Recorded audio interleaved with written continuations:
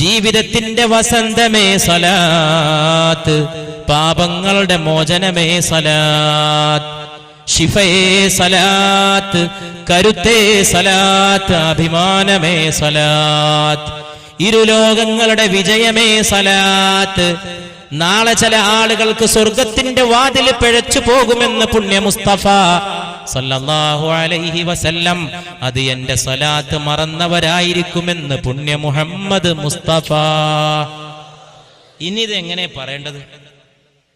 ഇനി ഇതിന്റെ പ്രാധാന്യം എങ്ങനെ പറഞ്ഞ് മനസ്സിലാക്കേണ്ടത്? അള്ളാന്റെ റസൂൽ സല്ലല്ലാഹു അലൈഹി വസല്ലം, നാളെ ചിലർക്ക് എന്നെ കാണാനുള്ള ദൃഷ്ടി നഷ്ടപ്പെടുമെന്ന് പരിശുദ്ധ റസൂൽ.